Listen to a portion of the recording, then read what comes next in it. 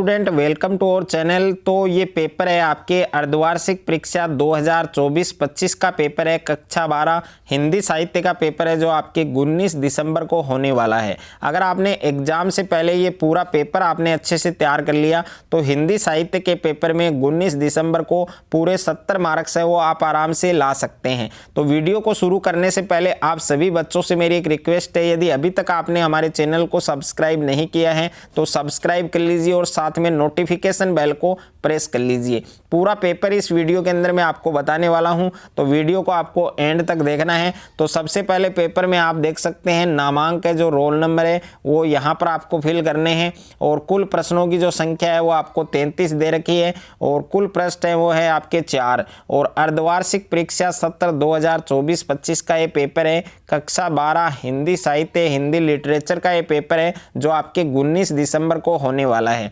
समय आप देख सकते हैं 3 घंटे 15 मिनट और पूर्णांक है आपके 70, यानी पूरे 70 नंबर आप आराम से अचीव कर सकते हैं। वीडियो को आपको लास्ट तक देखना है, वीडियो को कंप्लीट देखना है, पूरा पेपर आपको तैयार करना है। तो सबसे पहले आपको सेक्शन ए दिया गया है, खंड ए दिया गया है और इसमें पहला प्रश्न है कि निम्नलिखित अपठित गद्यांश को ध्यानपूर्वक पढ़कर दिए गए प्रश्नों के उत्तर दीजिए। और ये कितने नंबर का है? 5 नंबर का है।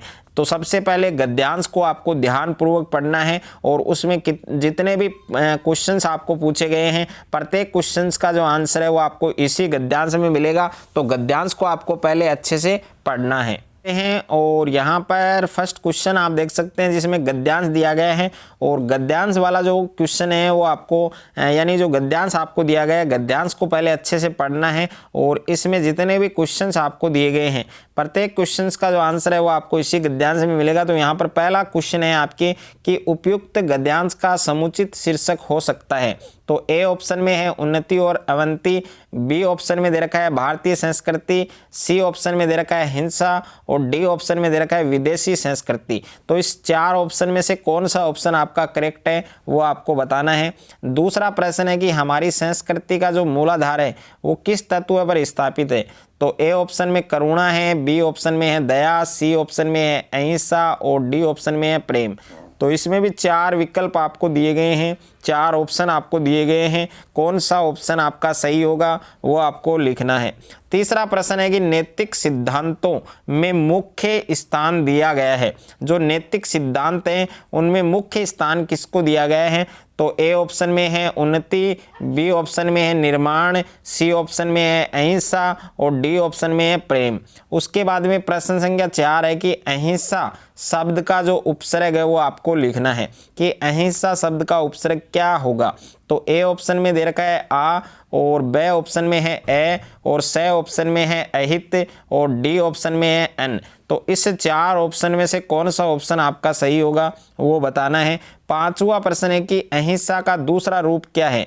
तो ए ऑप्शन में है करुणा, बी ऑप्शन में है सहिष्णुता, सी ऑप्शन में है हिंसा और डी ऑप्शन में है त्याग। उसके बाद में नेक्स्ट है आपके यहाँ पर प्रश्न संख्या 2 आपको दिया गया है कि निम्नलिखित अपठित पद्यांश को ध्यानपूर्वक पढ़कर दिए गए प्रश्नों के उत्तर दीजिए। तो ये वाला क्वेश्चन भी आपके 5 नंबर का है। तो पहले इस पद्यांश को आप अच्छे से पढ़ें, उसके बाद इस पद्यांश में आपको सभी जो प्रश्न है वो आपको मल्टीपल चॉइस दिए गए हैं, बहुचयनात्मक दिए गए हैं। तो यहाँ पर पहला प्रश्न आप देख सकते हैं कि कवि में भूलोक का गौरव है वो किसे बताया है।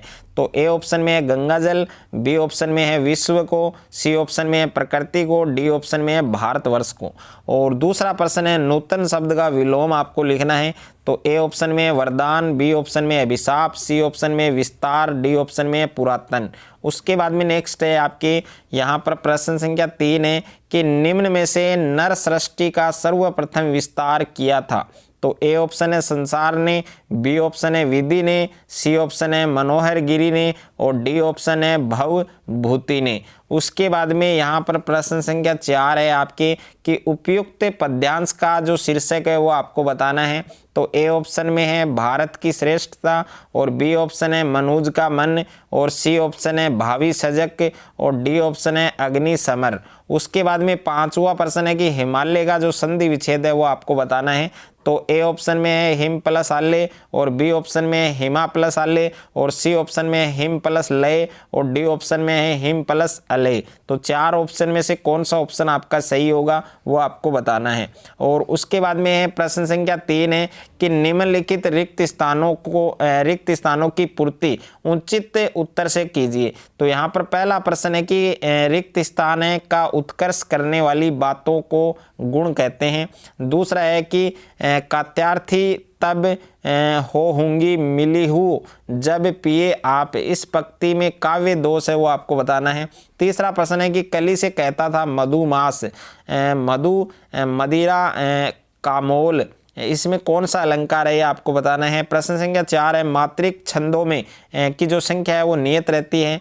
5वां है कि बिन पद चले सुने बिन्नु पाना, इस पंक्ति में कौन सा अलंकार होगा वो आपको लिखना है। और उसके बाद में नेक्स्ट है आपके निम्नलिखित अति लघुतरात्मक प्रश्नों का उत्तर आपको 20 शब्दों में देना है और प्रत्येक प्रश्न आपके 1 नंबर का है। टोटल 10 क्वेश्चन है आपके अति लघुतरात्मक। तो प्रश्न संख्या 4 है आपकी कि उपमा अलंकार है उसकी परिभाषा लिखिए।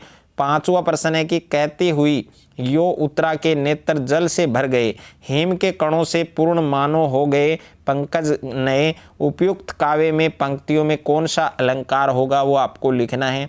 प्रश्न संख्या 6 है कि संपादकीय लिखने का जो दायित्व है वो किनका होता है। 7वां प्रश्न है कि विचार पूर्ण लेखन क्या होता है। 8वां प्रश्न है साक्षात्कार यानी इंटरव्यू से आप क्या समझते हैं। और 9वां प्रश्न है कि सरोज स्मृति में निराला ने कविता में किसका बिंब विधान किया है। और 10वां प्रश्न है कि जब कोई वापसी नहीं, पाठ की विद्या का जो नाम है वो लिखना है और ये किस संग्रह से लिया गया है वो भी आपको लिखना है। और उसके बाद में प्रश्न संख्या 11 है आपके कि उस छोटी सी मुलाकात में संभव के मन में क्या हलचल उत्पन्न कर दी, इसका सूक्ष्म विवेचन कीजिए। और 12वां प्रश्न है कच्चा चिट्ठा पाठ का मूल विषय क्या है। और 13वां प्रश्न है किसी कहानी का केंद्रीय बिंदु क्या होता है। उसके बाद में खंड ब है आपके सेक्शन बी है और इसमें आप देख सकते हैं कि प्रश्न संख्या 14 से 27 तक प्रत्येक प्रश्न के लिए अधिकतम शब्द सीमा 40 शब्दों में है, यानी 40 शब्दों में आपको आंसर है वो देना है। तो यहाँ पर देख सकते हैं टोटल 14 क्वेश्चन आपको मिलेंगे। प्रश्न संख्या 14 है कि पत्रकारिता लेखन में किन किन बातों का ध्यान रखना चाहिए। और 15वां प्रश्न है कि एक अच्छे और सफल साक्षात्कार के लिए क्या आवश्यक है। और 16वां प्रश्न है हरगोविंद कौन था और वह क्या क्या काम करता था। 17वां प्रश्न है कि बालक के द्वारा इनाम में लड्डू मांगने पर लेखक ने सुख की सांस क्यों भरी। और 18वां प्रश्न है आचार्य रामचंद्र शुक्ल या भीष्म साहनी में से किसी एक रचनाकार का साहित्यिक परिचय लिखिए। और 19 वाला प्रश्न है कि जहां पहुंचे अनजान क्षितिज को मिलता एक सहारा, एक रचनाकार का साहित्यिक परिचय लिखिए। और 20वां प्रश्न है कि प्रियतमा के दुख के क्या कारण है, विद्यापति के पद के अनुसार आपको लिखना है। और प्रश्न संख्या 21 है आपके कि भैरव ने सूरदास की झोपड़ी क्यों जलाई। और प्रश्न संख्या 22 है कि बिस कोहर की माटी पाठ में लेखक ने किसका वर्णन किया है। और प्रश्न संख्या 23 है कि लेखक ने वर्तमान सभ्यता को खाक उजाड़ू सभ्यता क्यों कहा है। और प्रश्न संख्या 24 है कि सूरज को गाड़े का साथी क्यों कहा गया है। और प्रश्न संख्या 25 है कि जयशंकर प्रसाद या घनानंद में से किसी एक का साहित्यिक परिचय है वो आपको देना है। प्रश्न संख्या 26 है कि रघुवर साय की कविता तोड़ो का मूल नाम आपको लिखना है। प्रश्न संख्या 27 है कि निसंदेह शब्द को लेकर लेखक ने किस प्रसंग का वर्णन किया है वो आपको स्पष्ट करना है। उसके बाद में नेक्स्ट है आपके खंड स है और खंड स में प्रत्येक प्रश्न आपके 5 नंबर का है। तो यहाँ पर प्रश्न संख्या 28 है कि जीना भी क्या एक कला है और कूरज के आधार पर आपको सिद्ध करना है। इसका उत्तर लगभग 60 शब्दों में आपको देना है। और इसके अथवा में प्रश्न है कि मनोकामना की गांठ भी अद्भुत अनूठी है, इधर बांधो उधर लग जाती है। दूसरा देवदास कहानी के आधार पर ये आपको स्पष्ट करना है। उसके बाद में प्रश्न संख्या 29 है कि गीतावली से संकलित पद राधो एक बार फिरी भाव में निहित करुणा और संदेश को अपने शब्दों में स्पष्ट करो। और इसके अथवा में प्रश्न है कि सखी है की पूछसी अनुभव मोहे है, सेह प्रीति अनुराग बरबा निह तिल तिल नूतन होए। विद्यापति को इस पद का भावार्थ है वो आपको स्पष्ट करना है, इसका भावार्थ है वो आपको लिखना है।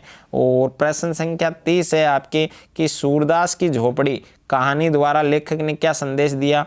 और इसके अथवा में प्रश्न है कि लेखक ने अपना मालवा खाऊ उजाड़ू सभ्यता में पाठ में क्या संदेश दिया है, क्या मैसेज दिया है, वो आपको स्पष्ट करना है। उसके बाद में सेक्शन डी है, खंड द है। और प्रश्न संख्या 31 है कि निम्नलिखित पंक्ति काव्यांशों में से किसी एक की सप्रसंग व्याख्या कीजिए। तो यहाँ पर आपको 2 काव्यांश दे रखे हैं अथवा में, तो इसमें से एक काव्यांश है उसकी आपको सप्रसंग व्याख्या करनी है। और उसके बाद में प्रश्न संख्या 32 है कि निम्नलिखित पठित गद्यांश में से किसी एक की सप्रसंग व्याख्या आपको करनी है। तो यहाँ पर आपको 2 गद्यांश दे रखे हैं, दोनों में से एक गद्यांश की आपको सप्रसंग व्याख्या है वो बनानी है, व्याख्या करनी है। और प्रश्न संख्या 33 है निम्नलिखित विषयों में से किसी एक विषय पर आपको निबंध लिखना है। और ये निबंध कितने शब्दों में लिखना है, 400 शब्दों में लिखना है। और ये प्रश्न आपके 5 नंबर का आने वाला है। तो यहाँ पर पहला है आपके कि बढ़ती तकनीक सुविधा या समस्या, दूसरा है मेरा प्रिय कवि, तीसरा है मेक इन इंडिया, 4 नंबर है राजस्थान में पर्यटन। तो इन 4 में से जिस टॉपिक पर, जिस विषय पर आप अच्छे से निबंध लिख सकते हैं 400 शब्दों में, उस पर आपको लिखना है। तो ये पूरा पेपर मैंने इस वीडियो में आपको बताया है, पूरा पेपर आपको तैयार करना है। और पूरा पेपर अगर आपने ये तैयार कर लिया तो पूरे 70 नंबर आप 19 दिसंबर को हिंदी साहित्य के पेपर में ला सकते हैं। अगर वीडियो आपको अच्छा लगे तो वीडियो को ज़्यादा से ज़्यादा बच्चों के साथ शेयर करें, ज़्यादा से ज़्यादा वीडियो को लाइक करें। और चैनल पर आप नए हैं तो चैनल को आप सब्सक्राइब कर लीजिए और साथ में नोटिफिकेशन बेल को प्रेस कर लीजिए। और इस पूरे पेपर का जो PDF है वो आपको टेलीग्राम चैनल पर मिलेगा। और टेलीग्राम चैनल का लिंक मैंने डिस्क्रिप्शन में दे दिया है, तो वहाँ जाकर आप टेलीग्राम चैनल को ज्वाइन कर सकते हैं।